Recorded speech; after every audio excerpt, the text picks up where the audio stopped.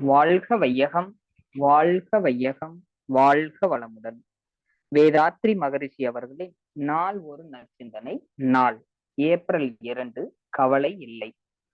திறமையின்மை, அச்சம் இரண்டும் கவலைகளை பெருக்கும் மனநிலைகளாகும்.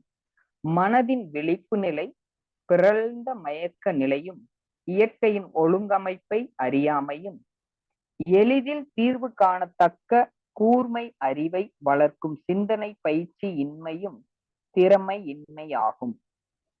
தவறான செயல்களின் விளைவை கண்டோ அல்லது தனது வாழ்வின் போக்கில் ஊறு விளைவிக்கும் என்று கற்பனை செய்து கொண்டோ துணிவிழந்து வருந்துதல் அச்சமாகும். கவலையால் உடல் உள்ள நலன்கள் கெடுகின்றன. வாழ்வே துன்பமாகவும் தோல்வியாகவும் அமைந்து விடுகிறது. இதனை மனிதன் ஒழித்தே ஆக வேண்டும். கவலையை ஒழிக்க வேண்டுமெனில் இயற்கையின் ஒழுங்கமைப்பை அறிய வேண்டும். சிந்திக்கும் திறனை பெருக்கிக் கொள்ள வேண்டும். தன்னம்பிக்கை வேண்டும், முயற்சி வேண்டும், துணிவு வேண்டும்.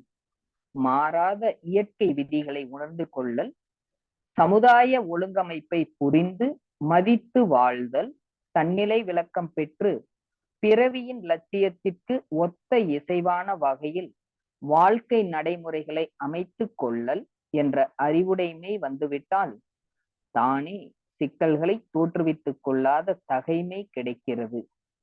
சிக்கல்கள் இல்லாமல் போகவே துன்பமும் இல்லை, கவலையும் இல்லை என்றாகி வாழ்வே ஒரு இன்பச் சோலையாக மாறிவிடும். வாழ்க வளமுடன். அருட்தந்தை.